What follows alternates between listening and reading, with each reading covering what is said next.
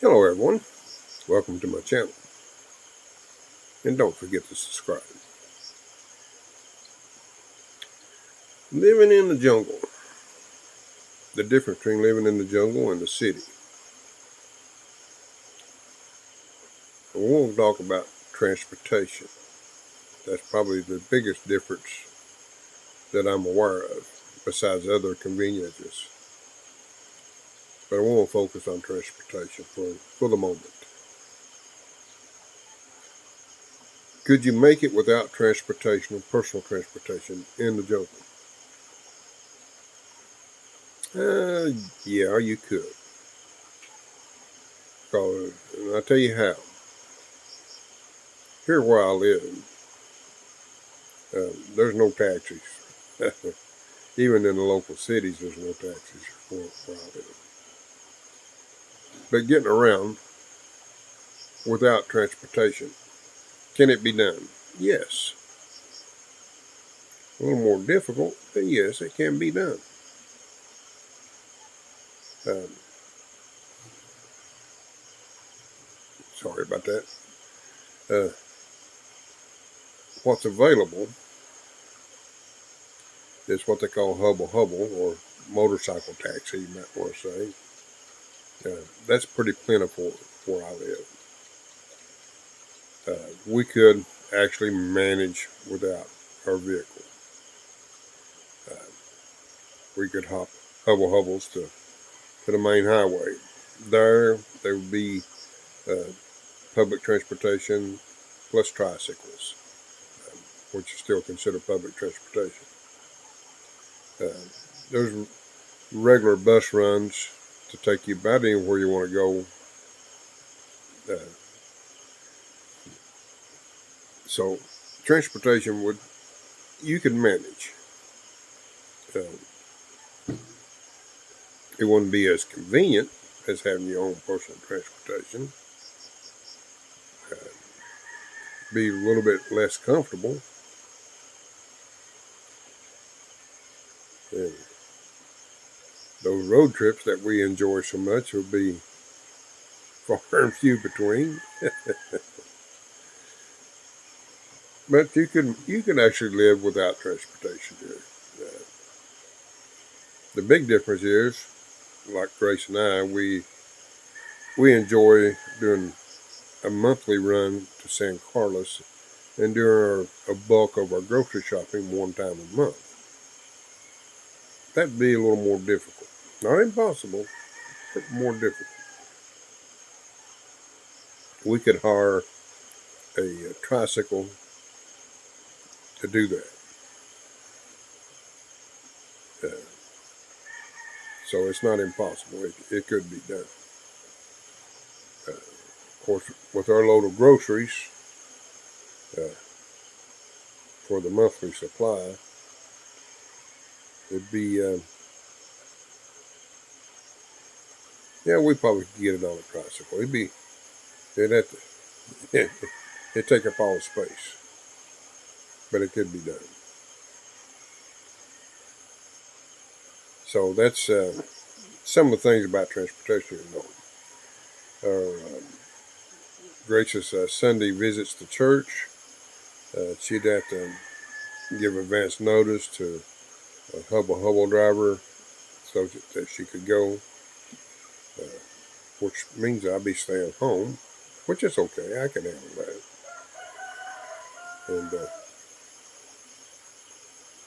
And I wouldn't get to enjoy uh, my time at the La Palla Beach, watching sunrise and so forth. But still, it's manageable. She could also still be capable of doing her Sunday vegetable run. That's when we do most of our vegetables throughout the month. We do buy the vegetables at the local market. So that could be done. So it's not an impossible thing without personal transportation.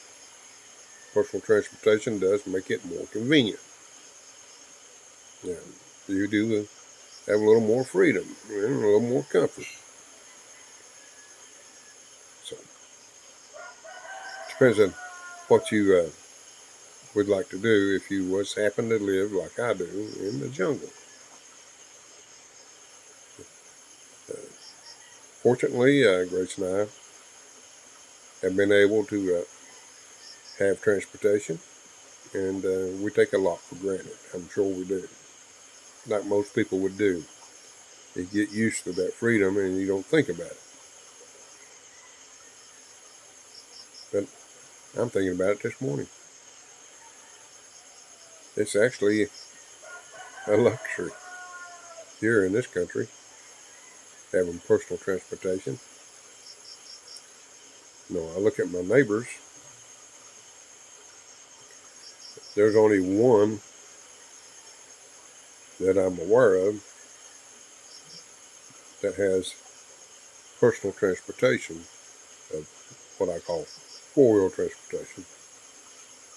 Uh, but they're fortunate enough they actually don't live here. They do, but they don't, because they got other properties and other housing.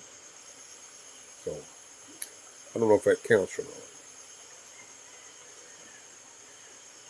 But I'm thinking, everywhere I look around me, there's the only transportation, if they have personal, is usually a motorcycle or scooter, and most of them use them for hubble to transport people back and forth to the main highway or into Bagawinnies or Valdosta. So it's not impossible. Now, if you're living in the city, public transportation is around you everywhere. Grace and I took advantage of it when we lived in the city over our personal vehicle. We had a personal vehicle at the time, but a lot of times we would take it. The main reason was limited parking anywhere you went, except for the local mall. There was places to park there. But we was guilty of even taking public transportation there. Uh, we didn't find it necessary to be driving it around. Uh, that's the way it is here in the Philippines, in most city environments. Now, if you want to get out of the city and take road trips and so forth and explore, personal transportation is a very nice convenience. You still can get around and do those road trips. You can take the buses or the VHARs, as they call them. I have a fear of VHARs. If you live here, you understand what I'm talking about. Those guys, it's unreal how they drive. They scare the life out of me. Because they only drive one way, and that's flat out. And so if you don't have a strong heart, I don't recommend riding the VHAR. And the buses is not much better. They've gotten better, I've noticed, over the last few years. They're not as bad as they once were here in Negros that I've seen so personally.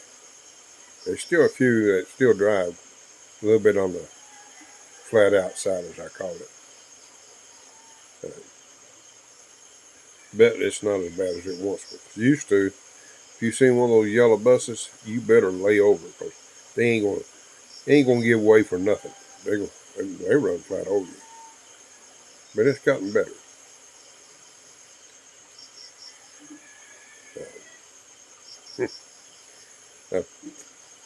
I keep thinking about those back in earlier years, just how much I was scared riding those things. It was unreal. I couldn't believe the way they drove. But as I said, especially here in Negros, I've noticed a big change in their driving habits. It's still not what I'll call safe, but still it's much better. And they got more aircon buses now too. That's another nice feature, and it's affordable.